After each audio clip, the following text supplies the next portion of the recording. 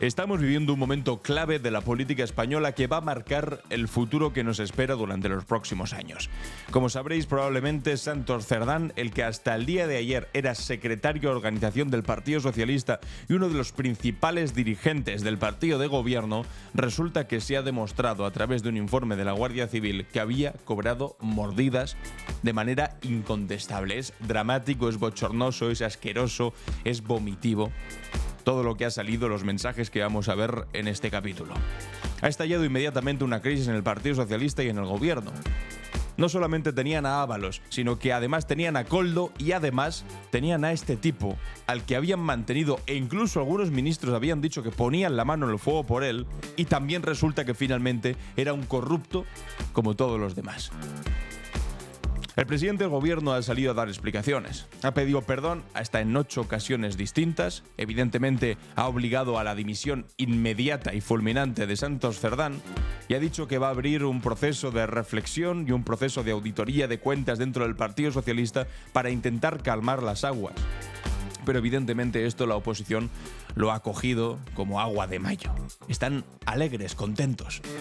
Tanto que Feijóo ha salido a hacer una rueda de prensa que vamos a ver ahora también, donde ha dicho que tiene que haber elecciones ya. Lo que pasa es que su posición ha quedado un poco aguada, porque es lo que lleva pidiendo desde hace 2 años. Y ahora, cuando lo que hay encima de la mesa de verdad es dramático, su contundencia pues suena a chiste. Abascal, por otro lado, ha salido más a criticar a Feijóo por no atreverse a presentar una moción de censura que a criticar lo que está pasando en este momento, y mientras tanto, pues la torpeza de siempre, han aparecido los de siempre en Ferraz. No han tenido otra cosa que hacer que irse a cantar el cara al sol pidiendo elecciones ya. Es la torpeza de siempre. Ver una cosa que podría haber acabado con este gobierno y con el Partido Socialista y sin embargo ponerse enfrente levantando el brazo, haciendo saludos fascistas, demostrando que la alternativa a lo que hay ahora mismo es la más absoluta nada, o en el peor de los casos, estos cenutrios que cantan canciones de la dictadura. Vamos a ver todo esto que ha ocurrido y, por cierto, la noticia de última hora en lo internacional: Israel ha protagonizado un ataque brutal contra Irán, contra sus instalaciones nucleares. Irán acaba de empezar a responder con un ataque masivo de drones. La escalada, que venía marcada históricamente que en algún momento iba a ocurrir entre estas 2 potencias nucleares, está más delicada que nunca. Vamos a ver cómo puede evolucionar todo este asunto. Hoy, viernes 13 de junio, viene cargado el día en Clave Barroso. Estás escuchando Clave Barroso, un podcast de Alan Barroso. La noticia cayó como una bomba, no solamente sobre el Partido Socialista, sino sobre todos los que tenemos una mínima sensibilidad progresista en este país. Y es que resulta que la Guardia Civil entregó el informe, y ya se desclasificó ayer, donde aparecen todos los mensajes transcritos en los que Santos Cerdán, el que hasta ayer era el secretario de organización del Partido Socialista, hablaba con Koldo y con Ábalos. Mensajes grabados por Koldo. Lo iba grabando todo. Corruptos, con mala baba, que cuando hacían sus fechorías se encargaban de dejarlas grabadas para que, en cualquier caso, estuviesen siempre con las espaldas cubiertas y que ninguno pudiese delatar al otro. Bueno, pues esas grabaciones de Koldo han salido y la Guardia Civil está acusando y atribuyendo a Santos Cerdán la gestión de 620.000 euros en mordidas. Vamos a ver algunos, porque el informe es larguísimo. Vamos a ver solamente algunos, pero que son tan asquerosos, tan vomitivos, que lo que ha ocurrido ha sido que ha dejado en absoluto shock a todo un electorado progresista de este país, que si confiaba en este gobierno era precisamente porque había aparecido, porque se había hecho fuerte luchando contra la vergüenza de tener un gobierno como el de M. Rajoy al frente de España. Le hicieron una moción de censura y de ahí la legitimidad de un gobierno que después se ha revalidado, aunque a algunos les haya fastidiado en las urnas, un par de ocasiones. Sin embargo, de repente te encuentras con que ese gobierno que había llegado para luchar contra la corrupción tenía dentro, o por lo menos al frente del partido de gobierno, con un puesto muy relevante, a un tipo como Santos Cerdán, que lo voy a enseñar ya, es que sin paliativos, que decía cosas como esta. Atención a esta transcripción literal. Koldo dice: sí, Quiero que sepas, escucha, pero escúchame un momento, por favor, por favor, por favor. Vais a ver que son medio incoherentes algunas frases porque son transcripciones literales de una conversación a viva voz, que ya sabéis que, pues bueno, cuando se habla a viva voz a veces se caen en ciertas incoherencias. Y dice, vale, bien, que sepáis que yo lo que tengo hecho y yo lo tengo y estoy seguro de que no me equivoco. Me puedo equivocar en algo y entonces pediré perdón. 450, ya empieza a hablar de cifras, se le dieron en 3 sobres, en sobres. Santos Cerdán dice que no voy a decir que yo traigo el papel, lo apuntamos y lo vemos. Punto. Está diciendo, no vamos a hablar de cifras. Yo traigo papel, lo apuntamos en el papel y lo vemos. Dice Koldo, vale, 50 de las otras 2, que son la vieja y una cosa que no se entiende. Koldo, le dice Santos Cerdán, que no quiero que hables de esto, que no se habla. Ábalos, que también estaba, dice, ya está. Koldo dice 70 de, Ábalos dice, por favor. Santos Cerdán dice que sí. Ya está, que no hay que decir tantas cosas, pum, se pone, se ve y se rompe.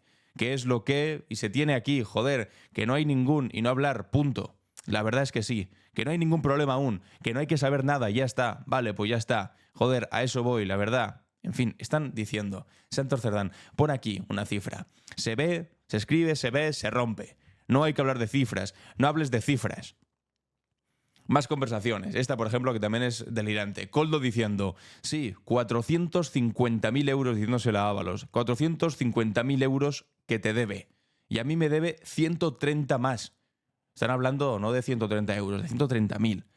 5.500, o sea que imagínate, y el hijo de puta de Santos, está hablando de Cerdán, se ha quedado con dinero que lo ha hecho delante mía, ¿vale? Y a mí se me están hinchando los cojones. Yo contigo lo que quieras, al fin del mundo, le dice Ábalos, de verdad. Para mí vas a ser siempre el hombre de mi vida porque me has conseguido muchísimas cosas que no me ha conseguido nadie. Pero el hijo de puta de Santos me ha utilizado durante 15 años y no me ha dado nada. Y te puedo contar 1000 cosas, ganar billetes de 500 que le daba el de Guipúzcoa y 1000 cosas más. Pero lo relevantes son las conversaciones en las que aparece él mismo, en las que aparece Santos Cerdán de viva voz, diciendo ese tipo de cosas, cuando hace literalmente 2 días el Partido Socialista había salido a decir esto. El PSOE cierra filas con Santos Cerdán, jamás ha cobrado una comisión ni influido en adjudicaciones. Y no solamente es que lo hubiese hecho, sino que además decía que cuidado, que no lo digáis en voz alta, que lo escribáis aquí, lo borréis y me lo deis y lo rompemos rápidamente para que nadie se entere. Es un escándalo de dimensiones bíblicas, estratosféricas, que lo que hace es dejarnos vendidos.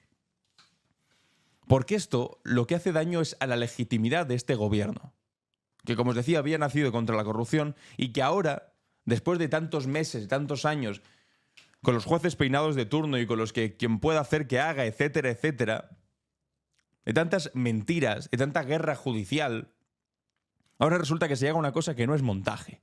Esto no es de Objective inventándose en un titular que Begoña Gómez había cobrado comisiones y después resulta que no era Begoña Gómez. Esto no es el juez peinado estirando el chicle hasta el infinito, no. Esto es el que hasta ahora era uno de los hombres más importantes del partido de gobierno, apareciendo en unos audios donde se habla de mordidas, de comisiones, de cientos de miles de euros. Y ahora resulta que el Partido Popular dice, ¿veis? Como teníamos razón con lo de mafia o democracia. ¿Veis cómo teníamos razón cuando decíamos que este gobierno estaba podrido? Y han utilizado toda esa maraña de falsedades para coger esta que es cierta. Y es asquerosa además. Y hacerse fuertes. Y va a ser responsabilidad de este sinvergüenza, de Santos Cerdán, junto con Koldo, junto con Ábalos, los que tengan responsabilidad si algún día este gobierno cae, que ahora hablaremos sobre eso, sobre si hay posibilidad de convocatoria electoral, sobre lo que se especuló mucho ayer, o si no logra los votos suficientes en unas hipotéticas elecciones anticipadas, o me da igual, en las de 2027 que están programadas, y no hay suficientes votos porque la gente está descontenta. Porque esto lo que provoca es desafección política. ¿Y sabéis quiénes son los primeros que dejan de ir a las urnas a votar? El electorado progresista. Porque tienen, pues, la cantidad de cosas que pueden tolerar mucho más baja que el electorado de derechas. Al Partido Popular le da igual tener al frente del PP a un presidente que tiene una fotografía con Marcial Dorado, con un arco. Le da igual tener a Ayuso, que vive en un piso de 2 millones de euros pagado por dinero de comisiones de mascarillas en lo peor de la pandemia por parte de un defraudador fiscal. Les da igual que le haya dado 300.000 euros a su propio hermano también en lo peor de la pandemia desde su propio gobierno. Eso lo toleran, lo aceptan. De hecho, si Santos Cerdán fuese del Partido Popular ahora mismo estaría cuidadito. Le habrían dado un par de golpes en la espalda y le habrían dicho, ay, Santos, ¿cómo somos, eh? y lo habrían puesto en cualquier chiringuito, lo habrían montado una oficina del Español y lo habrían dejado ahí alegremente. Pero el electorado progresista, cuando ve este tipo de cosas, se desencanta, se enfada, y lo que puede provocar estos sinvergüenzas es que se pierda un gobierno en unas hipotéticas elecciones. Ese es el problema de esta gente. Por eso rápidamente ha salido Pedro Sánchez, vamos a verlo, a hacer una rueda de prensa, la hizo desde Ferraz, desde la sede del partido. Entiende que esto es un problema de partido porque era el número 3, aunque realmente es el número 2 del Partido Socialista, el secretario de organización, el que está en todo. Y ha pedido perdón en unas cuantas ocasiones. Ha anunciado que le pidió la dimisión inmediata e irrevocable a Santos Cerdán. Y tenía una cara, bueno, y un tono de persona que sabe que tiene un gran problema, muy compungido. Y ahora pues escuchadlo y valorad vosotros qué nota le dais a esta intervención y si os convence. Como saben, el motivo de esta comparecencia es para dar explicaciones. Quiero pedir perdón porque hasta esta misma mañana yo estaba convencido de la integridad de Santos Cerdán. A lo largo de esta tarde he pedido a Santos Cerdán su dimisión como secretario de organización con efecto inmediato, porque el Partido Socialista y yo como secretario general del Partido Socialista no debimos confiar en él. Él me ha dado sus explicaciones, ha defendido su inocencia. Tendrá que ser la justicia quien dirima esta cuestión. Yo hasta esta mañana consideraba veraces todas las explicaciones que había solicitado previamente a Santos Cerdán y por tanto ahora mismo no tengo una decisión tomada ni tampoco qué tipo de reestructuración voy a hacer en la Comisión Ejecutiva Federal, pero lo haré porque es mi compromiso. Convocatoria electoral no va a haber hasta 2027 porque, como he dicho antes, esto no va de mí ni del Partido Socialista ni de los diputados y diputadas del Grupo Parlamentario Socialista en exclusiva. Va de un proyecto político que está haciendo cosas buenas por nuestro país. Sobre crisis de gobierno, en absoluto. Esto no está afectando al gobierno de España. Estamos hablando del secretario de organización del Partido Socialista y, en segundo lugar, mi intención, lógicamente, si así lo quieren los ciudadanos y los militantes, será concurrir a esos comicios cuando tocan, en el año 2027. Pondré en marcha una auditoría externa sobre las cuentas del Partido Socialista y que, de cara al Comité Federal, impulsaré una reestructuración de la Comisión Ejecutiva Federal del Partido Socialista. La respuesta es: adiós Santos Cerdán, lo dejan caer, le piden la dimisión.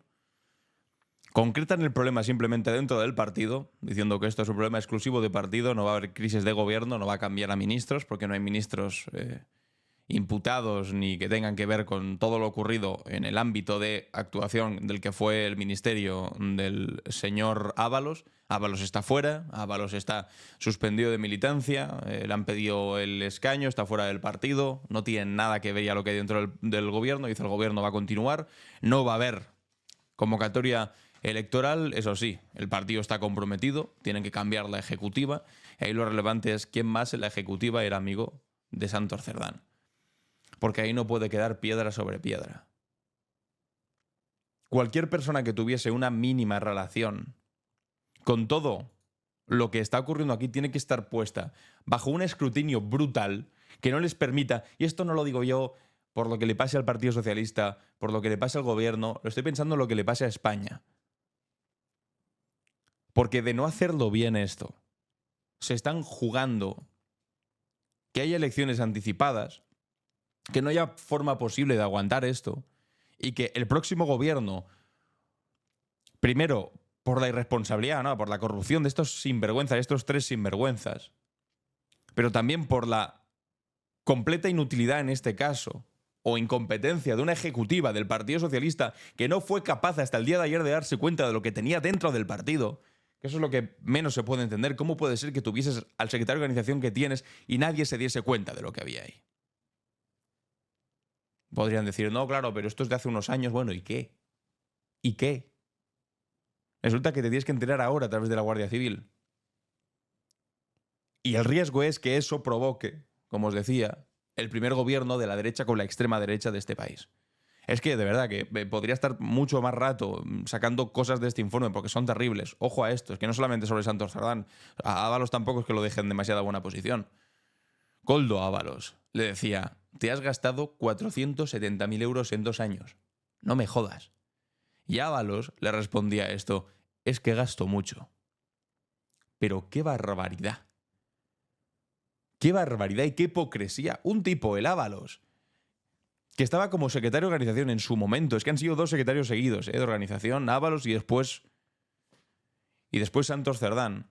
Pero que estuvo en su momento como secretario de organización de un partido que le hizo una moción de censura por corrupción a Rajoy. Y resulta que le decía: no, te has gastado 470.000 euros en 2 años. Y la respuesta sería: no, es que gasto mucho. ¿Cómo te vas a gastar 470.000 euros si el sueldo que tenía como ministro apenas llegaba a los 100.000? ¿Cómo se va a gastar 5 veces más de lo que cobraba en 2 años? Es que es vomitivo, a unos niveles que son alucinantes.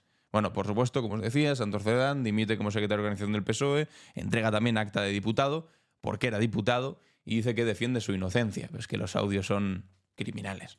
Alguno ayer me decía: no, pero esto huele a montaje. Ojalá fuese un montaje, pero no es un montaje.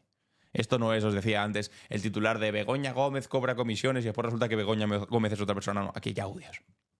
Y los audios todavía no los hemos escuchado. Han salido las transcripciones solas. Pero bueno, los audios están, probablemente saldrán en algún momento. Escucharemos de viva voz a Santos Cerdán hablando de pasta. O diciendo: no hables de esos números. Los puntas aquí, los escribes y después los rompemos. Y cada uno para su casa. Vamos a escucharlo y eso va a ser de verdad que absolutamente vomitivo. Ahora vamos con Feijóo, porque la verdad que el pobre ni con esto es capaz de levantar cabeza, pero es que no puedo evitar dedicarle unos pocos segundos a esto.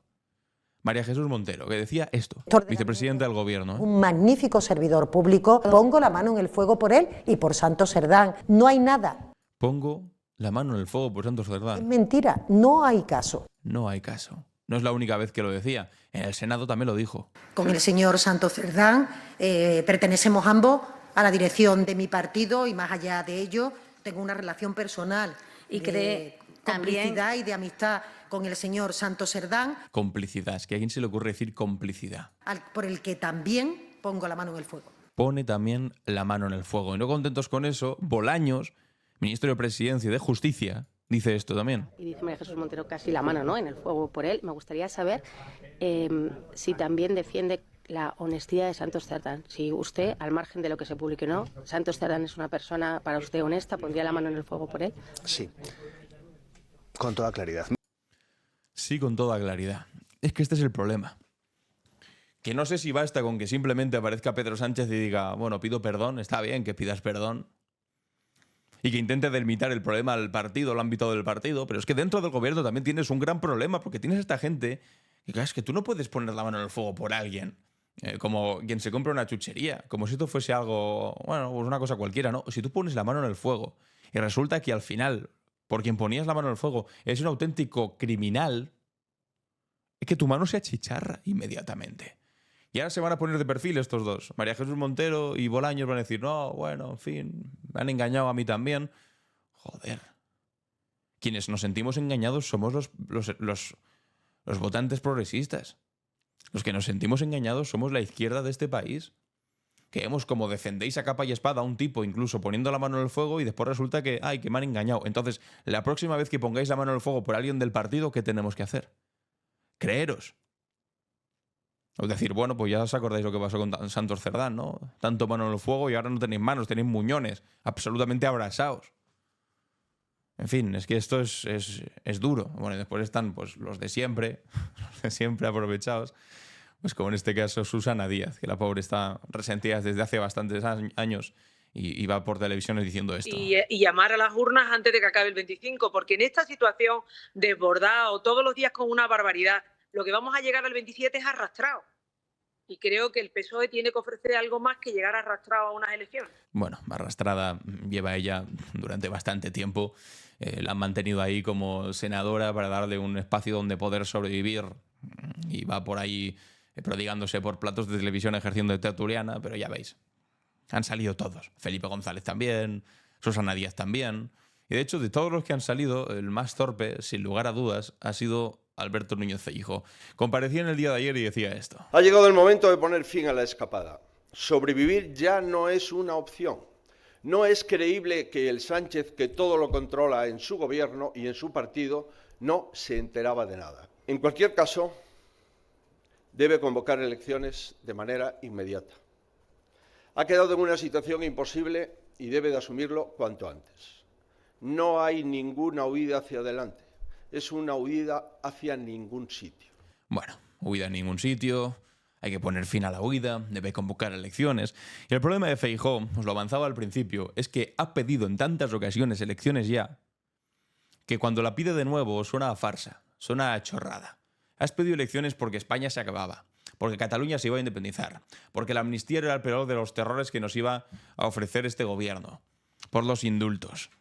Has pedido dimisiones por Begoña Gómez, por el hermano de Pedro Sánchez. Has pedido dimisiones junto a Ayuso diciendo que vivimos en una dictadura, en una autocracia, que Sánchez es peor que Franco. Y ahora cuando de verdad hay un problema que es gordo, ya me habéis escuchado los últimos 20 minutos hablando sobre este asunto, es muy gordo, ahora resulta que ya nadie te cree.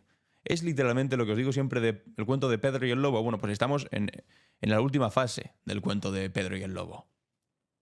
La última parte de esa moraleja, que después de haber escuchado a Pedro diciendo que viene el lobo, que viene el lobo, que viene el lobo, que viene el lobo, a la quinta vez resulta que sí que vino el lobo y nadie te hizo caso. Ahora estamos ahí. El lobo es Santos Cerdán. Y tú estás diciendo, hay que convocar elecciones ya, pero como lo has pedido tantas veces ya, nadie te hace caso. También ha añadido Feijóo, y esto hay que tener cuajo para decirlo, que esto es el gobierno más corrupto de la historia de nuestro país. Hombre, es sencillo responder a esto. Que lo diga alguien del Partido Popular. Esto lo podría decir cualquier otro y mira, podemos discutirlo. Pero que lo diga el líder del Partido Popular. Le respondía aquí Alex Politics. Feijóo diciendo que vivimos en una de las épocas de mayor corrupción de la historia. ¿Pero qué me estás contando? Le dice, pedazo de perro. Que la gente tenga poca memoria la podéis utilizar. Pero esto siempre quedará en la historia. Y añade esta mítica imagen, la histórica imagen del gobierno de Aznar con todos los que han sido de alguna manera procesados, sentados en el banquillo o señalados por corrupción. Hay más gente con el círculo rojo del gobierno de José María Aznar, procesados, señalados por corrupción, con problemas judiciales, que gente sin el circulito rojo. Y hablemos, por ejemplo, también de Mariano Rajoy. Estamos hablando de que Mariano Rajoy protagonizó los papeles de Bárcenas con ese famoso M. Rajoy del que hoy todavía reniegan. El presidente del gobierno, imaginaos si hubiese aparecido un P.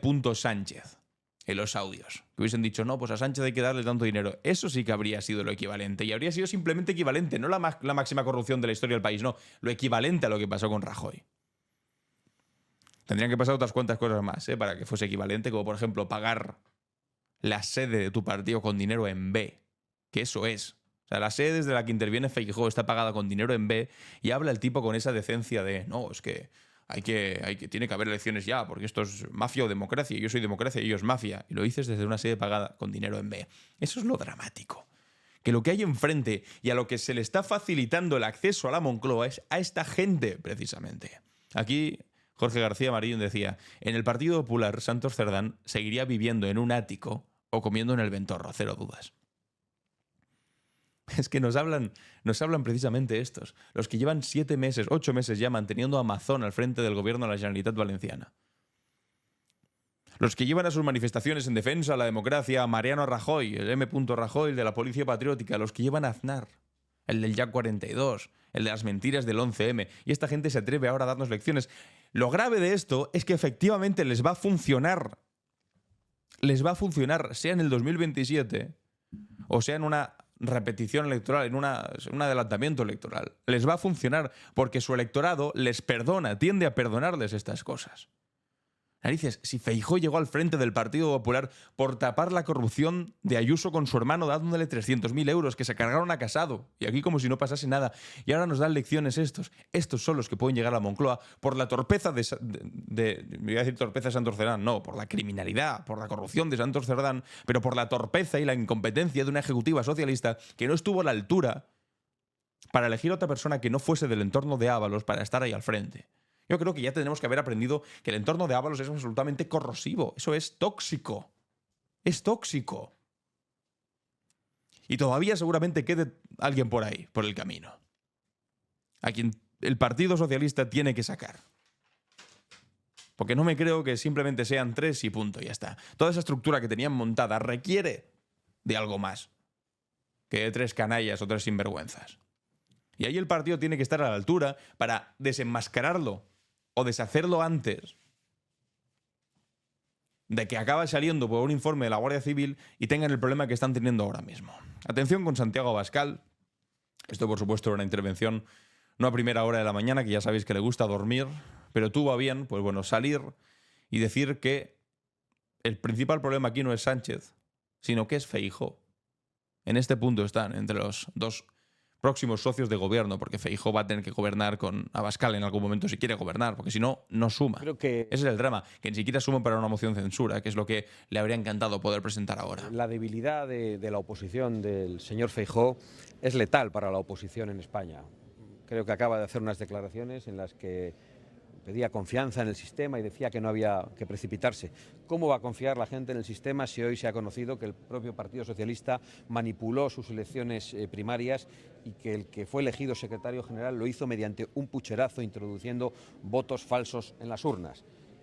El mismo que después se presentó a las elecciones en España mintiendo a los españoles sobre sus pactos y accediendo al poder gracias a esas mentiras, y que volvió a mentir en unas nuevas elecciones diciendo que iba a hacer lo contrario de lo que luego hizo. El grave problema es que lo ha hecho con una falta de oposición por parte del Partido Popular, que ha llegado a acuerdos en todos los órdenes con el Partido Socialista en España. Pues ya veis que le echa la culpa de lo ocurrido, no solamente a Sánchez, al que le lanza las críticas habituales, sino a Feijóo, porque es una oposición pobre. Y tiene toda la razón del mundo Abascal. Feijóo es una oposición pobre. Lo que pasa es que en este caso señala a uno de los pecadores y se olvida del otro porque es el mismo, porque él también forma parte de esa oposición pobre, de esa oposición ridícula, de esa extrema derecha más torpe de toda Europa. ¿Y por qué estoy diciendo esto? Porque mientras estaban haciendo estas ruedas de prensa, habían convocado delante de Ferraz para irse a manifestar. Aquí Miquel Ramos decía, piden taxis en Ferraz. Y bueno, podéis ver que taxis, bueno, precisamente no era lo que se pedía, sino que están los de siempre, levantando el brazo y manifestándose.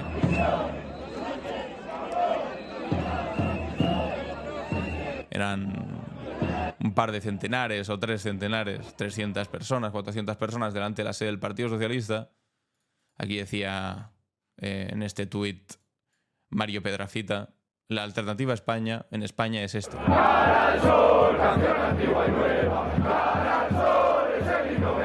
¿Son torpes o no son torpes? Aprovechar una situación tremenda como la que tenía el Partido Socialista en el día de ayer, en lugar de manera inteligente, de proponiendo una alternativa democrática o una respuesta ponderada, lo que logran hacer es sacar a la calle esto, para que lo que se vea como alternativa es esto. Si la alternativa es esta, es la única opción que tiene el Partido Socialista de aguantar, viendo lo que hay enfrente. Es decir, conseguir convencer a un electorado que ahora mismo está muy desencantado, diciendo, es que mira lo que tenemos enfrente, y ahí tienen toda la razón del mundo. Yo, por ejemplo, estoy profundamente indignado con todo lo que ocurrió con Santos Cerdán y también con la incompetencia que os decía del Partido Socialista de no haber atajado esto a tiempo. Parece asqueroso, ridículo.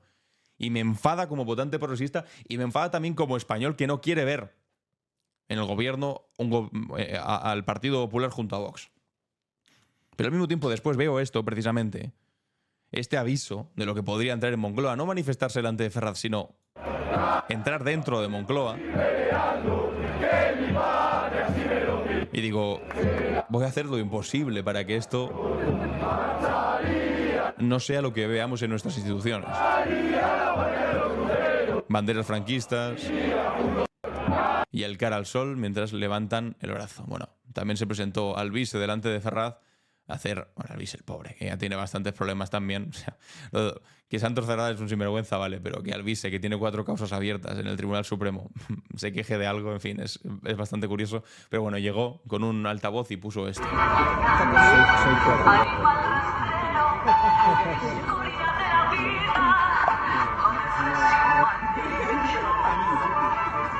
En fin, una payasada. poniendo la canción Animal Rastrero. Y se creerán la gran oposición. Es el mayor regalo que tiene este gobierno, el mayor regalo que tiene el Partido Socialista. Tener una oposición tan torpe como esta. Y aquí no agresiva, compartí este otro vídeo donde se pueden ver banderas franquistas, saludos nazis en la manifestación de extrema derecha en Ferraz delante de los cuerpos policiales. Vaya qué sorpresa. Aquí veis banderas franquistas, por supuesto, esta bandera de Revuelta, que es la organización juvenil de Vox. En fin. Aquí otra bandera franquista, lo de siempre, lo que se ha visto en Ferraz durante los últimos años de manera habitual. Y bueno, quería terminar este apartado nacional, ahora vamos por lo internacional, este apartado nacional con este fotograma maravilloso de Telemadrid donde están discutiendo las cosas que le importan a los españoles. Esto en el programa de Antonio Naranjo. Y podéis leer el titular. Pone, ¿se maquilla en exceso el presidente del gobierno? Ay, Dios mío. Lo que le importa a Tele Ayuso. Amigos y amigas, hasta aquí las noticias de hoy en lo nacional, pero ahora vamos con la clave internacional. ¿Qué pasa en el mundo? La clave internacional. Os contaba al principio que Israel ha atacado esta madrugada a Irán. Os explicaba aquí, descifrando la guerra, dice, Israel anuncia que ha realizado un ataque preventivo contra Irán. La Fuerza Aérea Israelí está llevando a cabo ataques sobre Teherán, la capital iraní. El ministro de Defensa israelí declara un estado de emergencia especial en todo el país. Aquí tenemos algunas de las imágenes durante el ataque. Aquí vemos las explosiones. No son los primeros bombardeos que realiza Israel contra Irán en los últimos meses, en los que la escalada de tensiones entre ambos países, enemigos históricos, había escalado bastante, pero luego se redujo después de una respuesta bastante medida por parte de Irán. Sin embargo, ahora Israel pues, ha ejecutado esta amenaza histórica que llevaba ya décadas preparando para acabar con las infraestructuras nucleares que podrían eventualmente permitir a Irán convertirse en una potencia nuclear con armas nucleares capaces para el ataque ofensivo y defensivo. Dice, Israel confirma que ha lanzado una campaña aérea contra el programa nuclear iraní, atacando decenas de objetivos.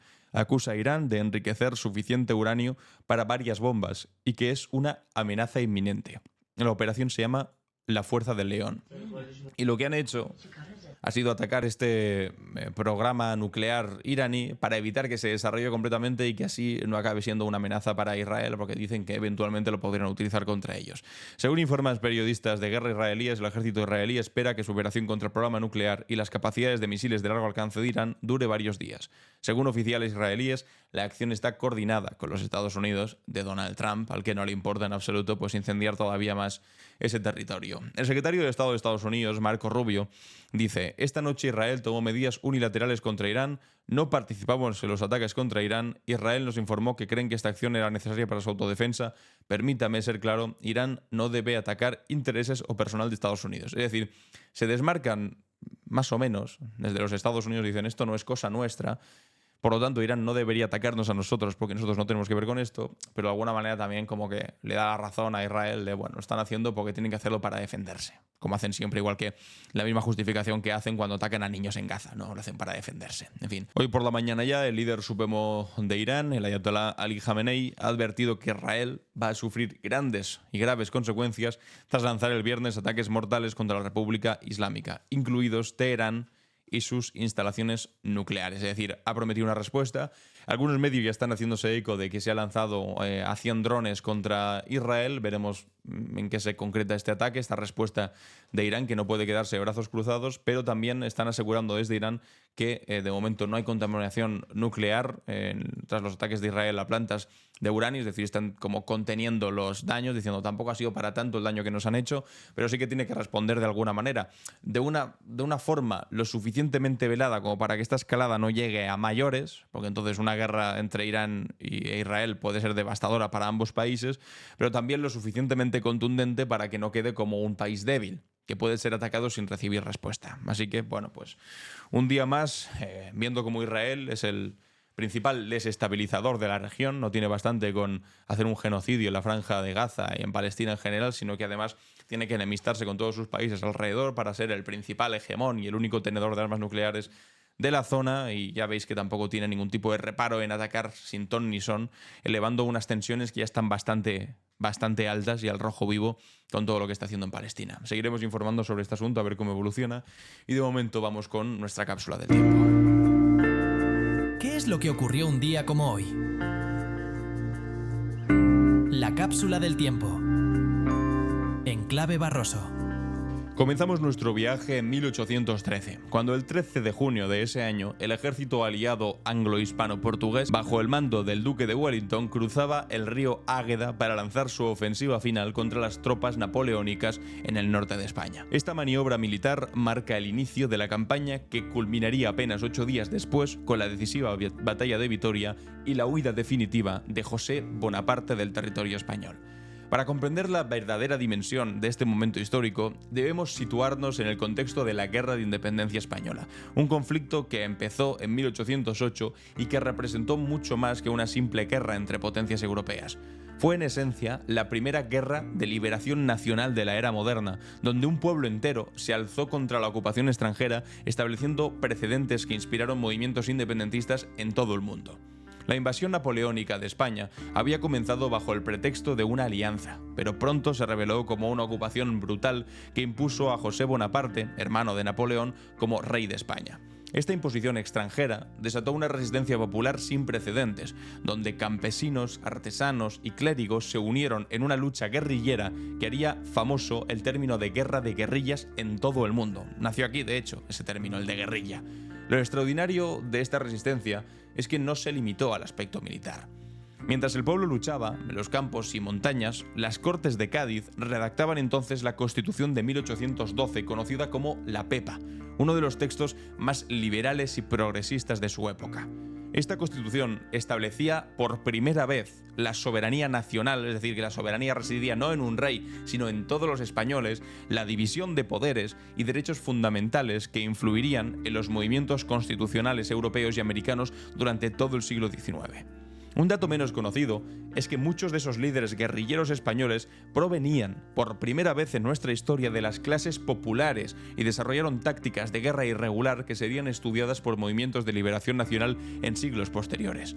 Figuras como por ejemplo Juan Martí el Empecinado o Francisco Espoz y Mina no solo lucharon contra los franceses, sino que también representaron un nuevo tipo de liderazgo popular que desafió las estructuras tradicionales de poder y también a la monarquía borbónica, y que al final fueron ejecutados precisamente por ese rey al que ayudaron a volver a traer a España.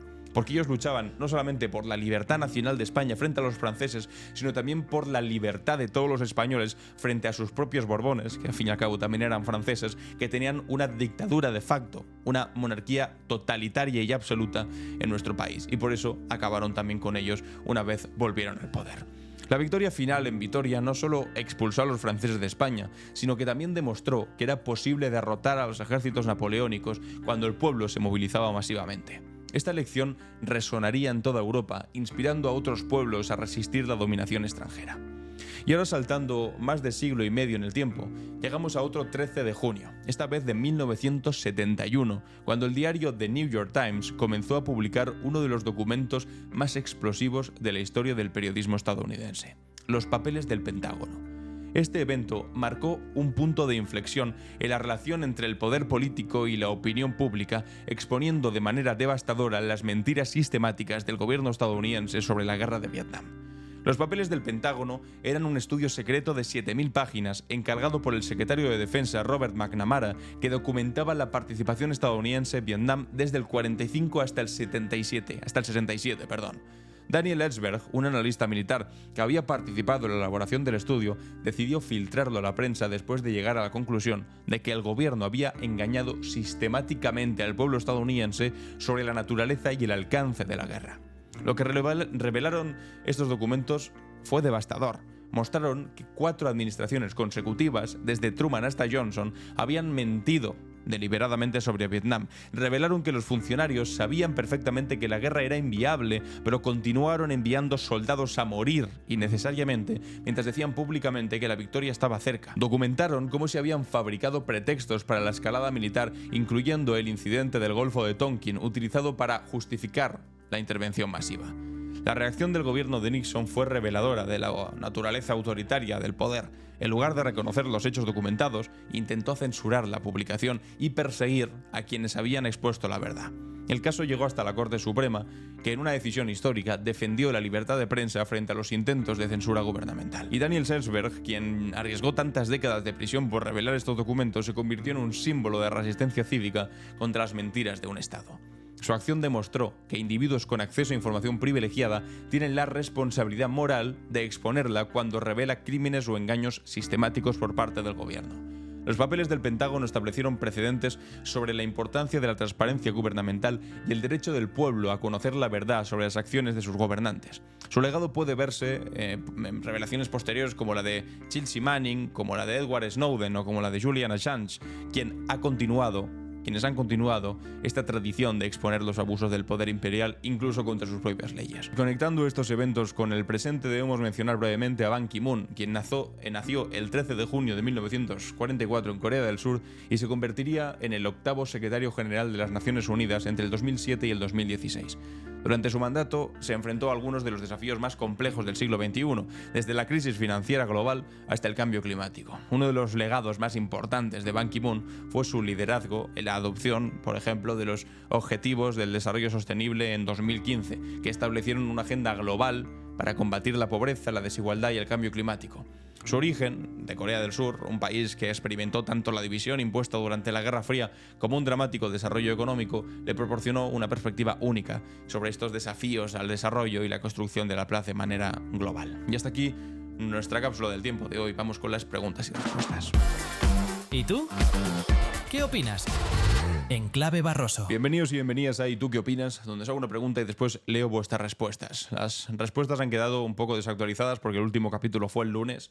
No he podido subir otro capítulo de Clave Barroso hasta el día de hoy, pero bueno, sin embargo, creo que es interesante leer un par de ellas por lo menos sobre la pinchazo de manifestación que tuvo el Partido Popular la semana pasada. Dice Elisa: me impresiona cómo los discursos más ruidosos son también los más vacíos. Ayuso grita dictadura, rodeada de focos. Milei grita muerte al socialismo, mientras se pasea libremente por un país que no es el suyo. Y Feijóo finge que no conoce las banderas que lo rodean. Todo tan absurdo que parece una parodia, pero lo preocupante es que no lo es. Lo más inquietante es cómo se normaliza la mentira cuando se repite con voz firme. Lo vimos con la PCR falsa de ella, con las cifras infladas de la manifestación que decía que hubo 100.000 personas y no llegaba ni a 30, con las medias verdades que se lanzan sin pestañear. Da miedo, sí, pero también confirma algo: que lo que haces aquí es necesario. Muchas gracias, Elisa. Me gusta cómo trenzas la actualidad con la historia, como si dijeras, todo esto ya lo hemos vivido y aún no hemos aprendido. Eso para mí no es solo comunicar, es sembrar pensamiento. Gracias por hacerlo. Muchas gracias a ti por tu comentario. Había leído esa parte final. Muchas gracias. Y Miguel dice: esta manifestación, más bien espectáculo circense, pierde completamente su lógica partiendo de que Aznar está contra la corrupción y Mazón contra la gestión de la Dana. El mundo al revés. Afortunadamente cada vez hay menos personas y las encuestas bajan al PP, aunque las de Vox suben, por lo que es un pinchazo, pero no podemos bajar la guardia. Desde luego que no podemos bajar la guardia.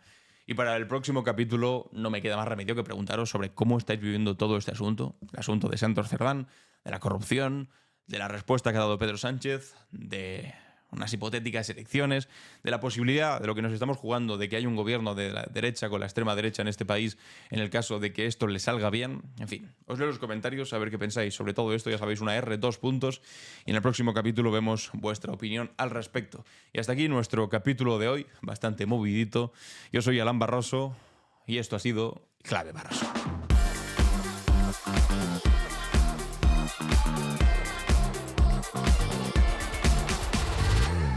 En Clave Barroso.